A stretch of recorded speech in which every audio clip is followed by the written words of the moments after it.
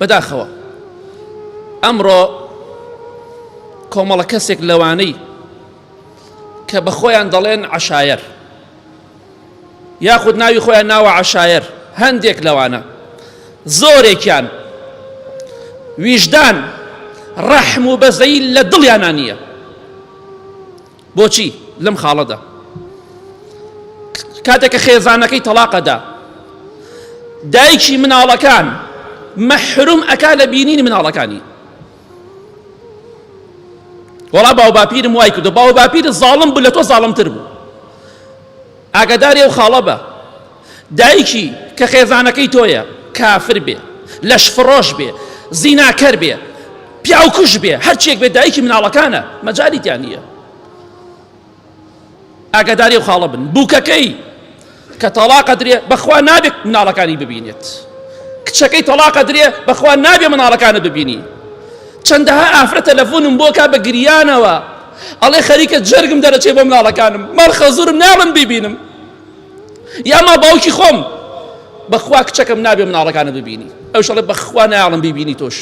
ئەمە زاڵمیە. بۆ لە تۆ زاڵمتر و بێویژدانتر و بێڕەحمتر هەیە؟ هەی دیکتاتۆر، هەی زاڵم ئیستەمکار، هەی مجرم، مناڵێک چوار مناڵ پێنج مناڵ لە دایکی مەحروم دەکەی، هەموو ڕۆژێ بە گریانەوە بیری مناڵەکانی دەکا. ئەبێ باجی ئەو نەفام و نەزانیە بدەیستیان بەخوا. بۆیە هەر کەسێکتان واتان کردووە بگەڕێنەوە بۆ لای خوا، دڵنیا بن خوا تۆڵەیەکتان لێ ئەکاتەوە. گریان و فرمێسکی ئەو دایکە کە دێتە خوارەوە بۆ بینینی مناڵەکان خوا لە بیری ناکاو ئاگای لێیەتی. ئەو دوعانەی کە لە تۆی دەکا خوا ئاگای لێیەتی. بۆیە لە خوا بترسن، شوێنی دینی خوا بکەون، نەک عورف و عادەتی عەشایری. ژن هەرچیەک بێ دایکێتی، بووکتە، کچتە، خێزانتە، مناڵی لێ مەحروم مەکە.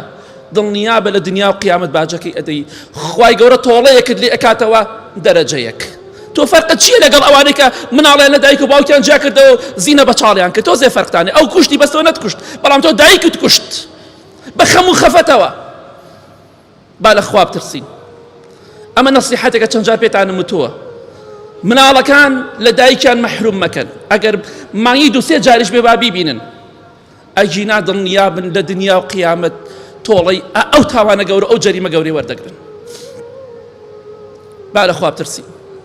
پێغەمبەری خوا صلی الله علیه وسلم و ئێمە تەمەنێکمان لێت، خوا کاتێ دایکمان دەمرێ باوکمان دەمرێ حاڵمان چۆنە؟ دایکمان دەمرێ حاڵمان چۆنە؟ ئەی باشە تۆ چۆن دەچیت ئەو هەموو مناڵەوای لێ ئەەکەی با دایکی نەناسێ، ئەڵێ با دایکی نەزانێت دایکی شێیە، با نەزانێ، سەی ئەم زاڵمیەکە، سەی ئەم بێویژدان و بێڕەحمێکە. ئەمە لەبەر عورف و عادەتێکی تەواو خۆتە لە باو باپیرەوە بۆت ماوەتەوە. دڵنیا بەخوا تۆڵە لە باو باپیرت و لە خۆشت دەکاتەوە کات ئەمە سیفەتان بێت.